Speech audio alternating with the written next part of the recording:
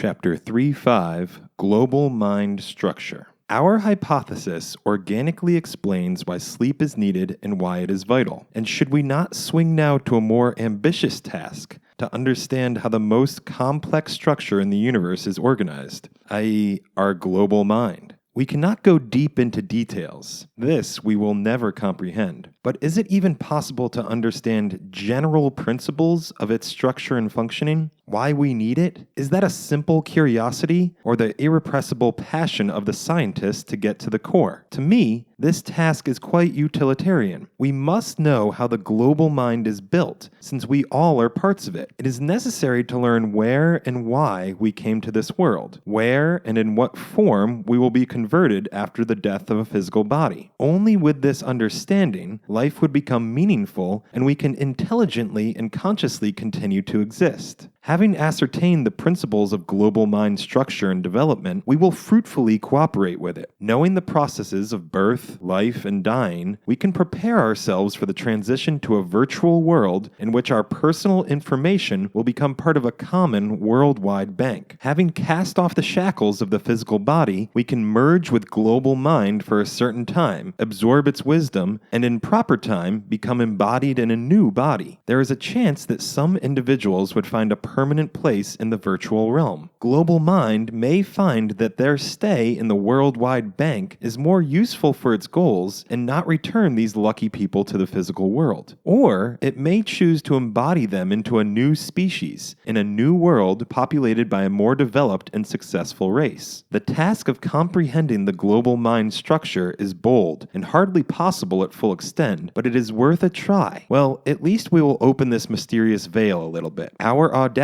is based on two principles. One, during the history of mankind, unusually enlightened individuals were born. We call them geniuses, sometimes prophets. Eastern philosophies divide the sources of knowledge into two types: information obtained in a scientific way and evidences given by the enlightened persons. In this book, we do not reject either scientific facts nor enlightened evidence. Two, we will use a tool that has proven itself in practice. This tool is called reverse engineering. If global mind really created us in its own image and likeness, and we know how our human world is organized, we can try to imagine how global mind itself works by applying the reverse engineering method. Everybody knows how Chinese geniuses have mastered the copying of Western products. During my stay in China, I often had to deal with local engineers and managers. They had gotten used to me, had intertwined a certain trust, and were not especially lurking. One day, I went into the office of the chief engineer and found his entourage bending over a half-disassembled American-made device that had just entered the market. "What are you doing here?" your obedient servant inquired, and received a frank reply. "We are sorting out how it is arranged and whether it is possible to set up its production." And what do you think? They did. But we are not more stupid than Chinese engineers, are we? In addition, we have a powerful clue. Then God, global mind in our terminology, then God said, "Let us make mankind in our image, in our likeness." Genesis 1:26. Come on, the educated reader would say. Do you want to actually accept an ancient book compiled by an unknown person as a postulate of a scientific hypothesis? No, I do not. But to ignore this book is not reasonable. After all, the life of the great majority of mankind is built in accordance to the Bible covenants. I will use only plausible testimonies of enlightened persons and holy scriptures. We will not consider the biblical stories about the creation of the world in 6 days, or that the first person was pasted together of dust from the ground. We must allow some liberties in the interpretation of religious texts. We will reject the most implausible and fantastic myths. We will remain reasonably skeptical to those of them that clearly contradict our experience or the solid scientific data. We will use only those facts that could have been or were confirmed by an undeniable experience accumulated by the mankind. We will consider the opinions of geniuses and prophets. When primitive people wandered through the jungles and prairies in search of food or safe havens and were split into tribes, they only slightly resembled the image of the Creator. that is, the global mind. But even in those days, they had to organize themselves,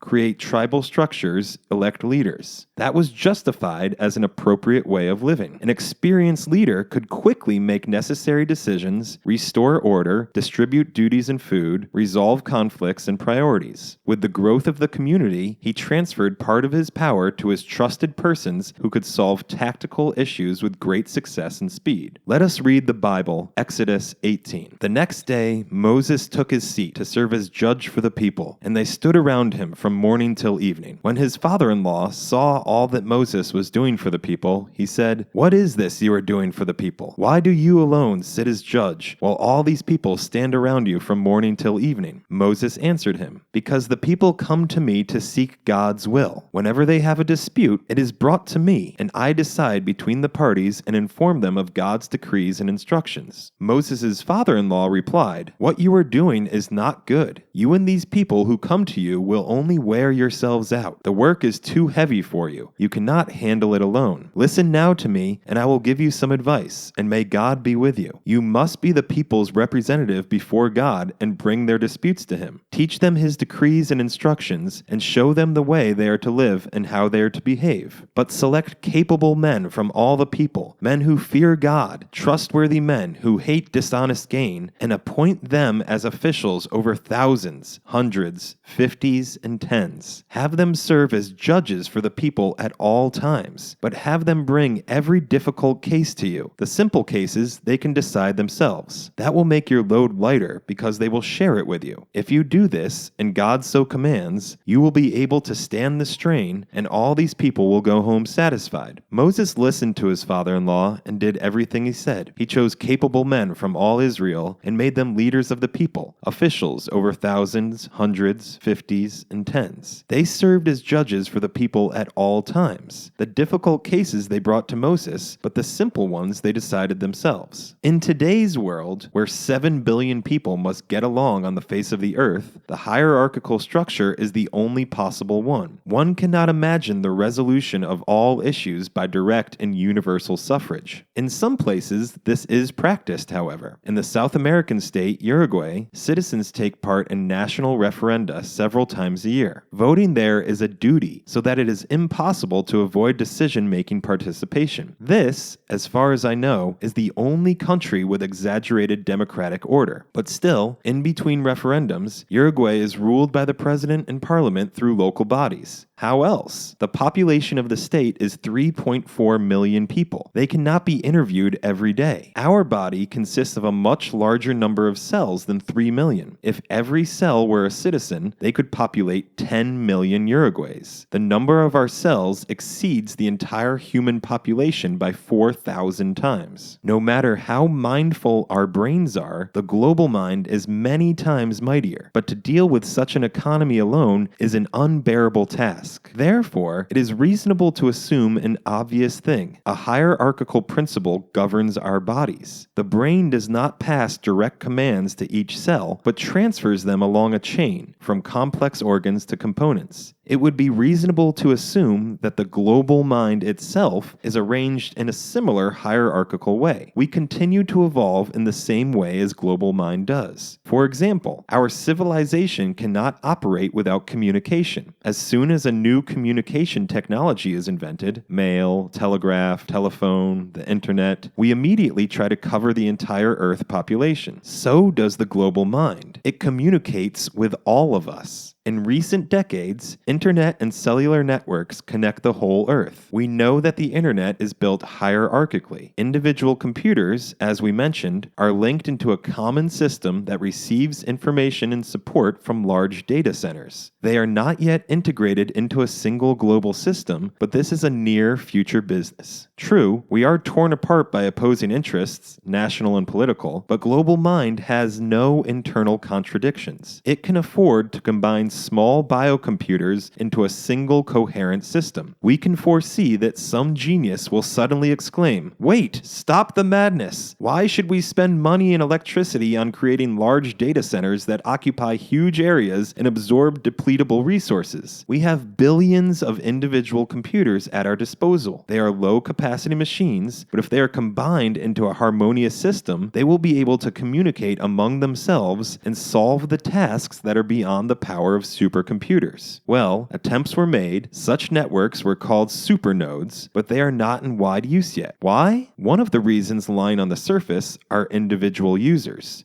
Every pimply youth who has learned to click on the keys can launch a virus into the network and grin with pleasure, looking at the inconvenience he caused to others. However, the ingenious Estonian creators of the worldwide Skype network use Supernode. Well, they are geniuses after all. Unfortunately, computers connected by Skype communicate only periodically. We must wait for a global worldwide Supernode. The Global Mind Effective Network is already operational. All living organisms are part of this giant supernode. It is not difficult to notice the advantages of a distributed, decentralized computer network over the cloud one. There is no single center, all participants are equal, and all work as a single team. If there is a need for upgrade, it is not necessary to change the equipment of the central cloud. No matter how many new computers are added, no matter what the characteristics they have, all that is needed in order to maintain the system is the updating of the program. That is, the information flow. Any component's breakdown passes almost unnoticed. The accumulated information can be duplicated and becomes protected from damages or even a meteorite fall. People begin to actively copy the structure invented by the global mind hundreds of millions of years before their appearance on Earth. For instance, Uber is just a software tool. They do not own any cars, and it is now the biggest taxi company in the world. Airbnb is the biggest hotel company in the world,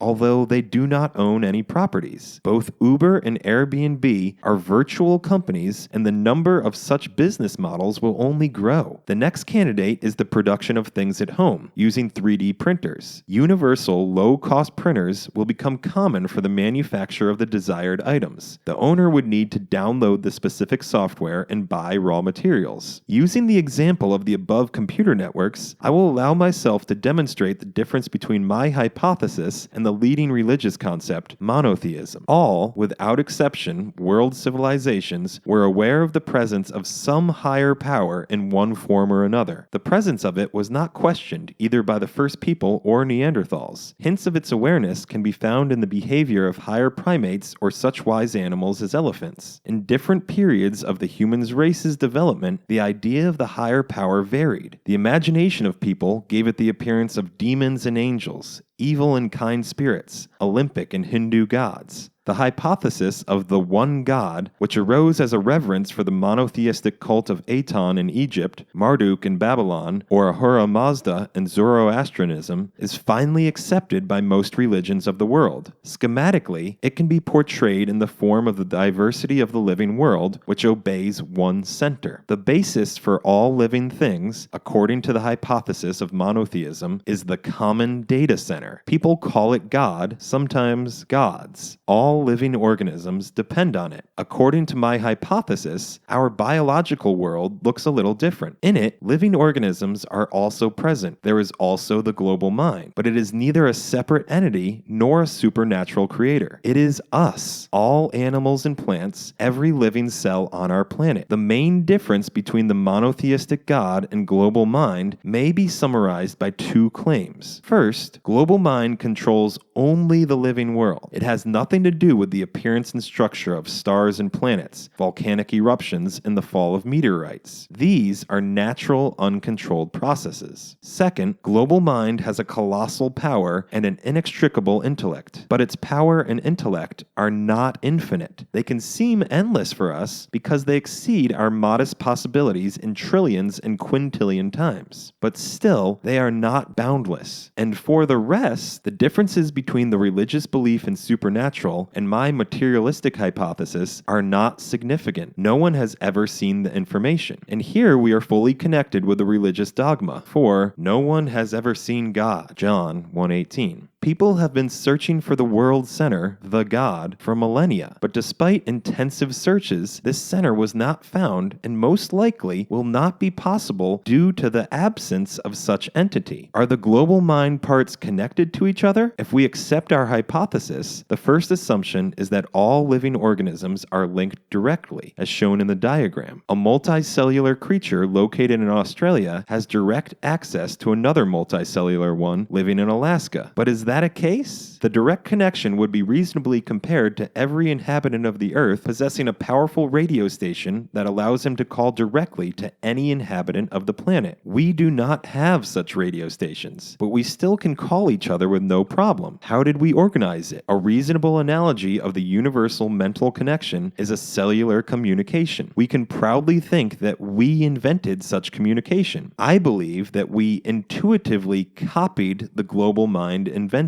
We are built in its likeness, after all, aren't we? How does your line of communication not intersect with the communication line of other users in the same base station area? Why, when using a cell phone, do you hear the voice of your subscriber and not everyone connected to the station? In my youth, I used to tune up wire communication channels at military facilities. Conversations were then transmitted over pairs of wires, and individual pairs were tied into the bundles. At that time, it was common, while talking on the phone, to hear the muffled conversation of other interlocutors. Signals of wire pairs intersected, creeping from the wire to the wire. To avoid such an event, the signals were encoded, transmitted over different carrier frequencies that were filtered from each other. And now, when this technique has reached perfection, each of us can enjoy the voice of the chosen interlocutor and not a group of strangers. A cell phone consumes a fraction of a watt, and the energy consumption of our brain during sleep exceeds 20 watts. The exact principles of the brain operation are unknown to us, as well as we are not aware of the system for encoding biological signals that transmits and receives biological information. What is the capability of a conventional 20-watt transmitter? Take a conventional walkie-talkie, available in any electronic consumer goods store. It consumes less than 5 watts, and a fair reception is provided at a distance of up to 15 miles. The brain does not send signals over giant distances like a radio. But if our hypothesis is correct, it operated in a different, advanced way. The global mind invented it, after all. Scientists who do not believe that the brain can independently receive and transmit information do not have a clue about the methods of transmission and signal coding developed by global mind. The brain generates electrical and magnetic signals. This is an indisputable fact. Our skull does not shield these signals at all. For an electromagnetic wave, the skull bones are not a barrier.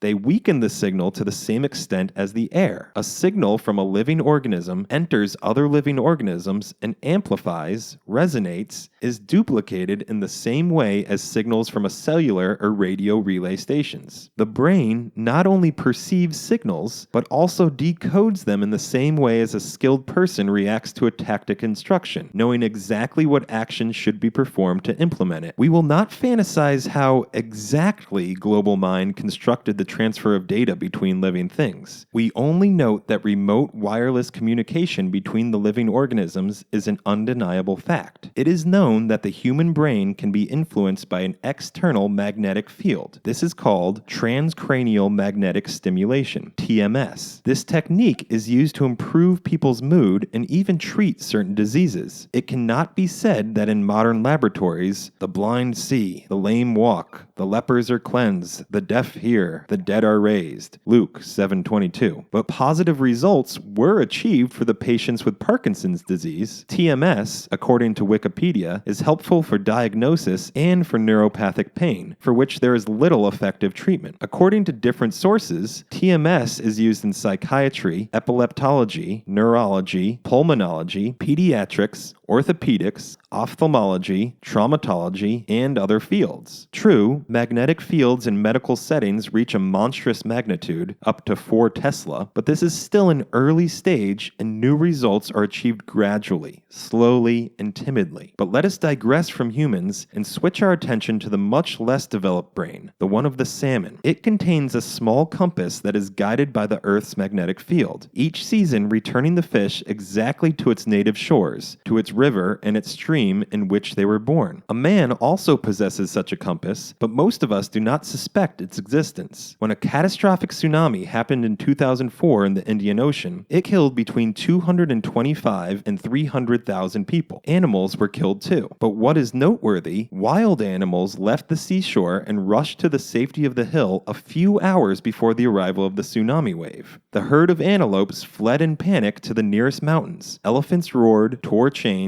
and ran away from the shore. Even the sharks swam into the depths. Pets, accustomed to living in captivity, were were not alarmed and many of them were killed. Primitive tribes on the Andaman Islands, only about 1,000 individuals exist, have survived. These hunters and gatherers, whose culture corresponds to the Stone Age, have been consciously isolated from modern civilization. Even tourists are prohibited from penetration into the area of residence. These tribes just had sea turtle hunting season at the time of the tsunami. Scientists were confident that they were in trouble and raised the alarm. But when their villages were flown over, the helicopter was attacked by the local Rembos with primitive bows and arrows. There are so-called sea gypsies, whose tribes reside on an island of Indonesia. Migratory people followed schools of fish. They also survived the disaster. A few days before the tsunami hit the coast, the fish disappeared and local animals began to behave erratically. This served as an alarming signal to the sea gypsies to leave the fishing grounds. They went to the lofty terrain. After a miraculous rescue, the Andaman tribe attracted the scientists' attention and they began to study the unique abilities of the islanders more closely. The dialogue between the two civilizations was so successful that a year later, the chief of the tribes was admitted to the hospital and died there with an alcohol abuse diagnosis. Instinct saved him from manifestations of wildlife, but proved powerless with confronting a real civilization. Another practically established fact is the so-called psychic staring effect, sometimes called scopastasia. It was reported that the external surveillance agents were specially trained not to look at the objects of observation from the back in order of not betraying themselves. Trained spies claimed to be able to detect surveillance without even seeing the pursuer. Parapsychologist Rupert Sheldrake carried out a number of experiments on this effect in the 2000s and reported subjects exhibiting a weak sense of being stared at but no sense of not being stared at. Rupert Sheldrake described the close-look influence in the 4th chapter of his book, 7 Experiments That Could Change the World. He reported that the feeling that someone is examining you is familiar to many. In an informal opinion poll in Europe and the United States, about 80% of respondents said they'd experienced similar feelings. It was taken for granted and very accurately portrayed by such connoisseurs of human souls as Leo Tolstoy, Fyodor Dostoevsky, Anatole France, Victor Hugo, Aldous Huxley, Thomas Mann, and John Boynton Priestley. Here is an example from the story of Arthur Conan Doyle's J. Habahook Jeffson's statement. "The man interests me as a psychological study. At breakfast this morning, I suddenly had that vague feeling of uneasiness which comes over some people when closely stared at, and looking quickly up, I met his eyes bent upon me with an intensity which amounted to ferocity, though their expression instantly softened as he made some conventional remark upon the weather." Curiously enough, Harton says that he had a very similar experience yesterday upon deck. An experienced British researcher in the field of parapsychology, Renee Hines, describes some of her private observations on the motivation to turn around when looked at. Different people manifest itself with varying strength. Experiments conducted in more suitable conditions, for example,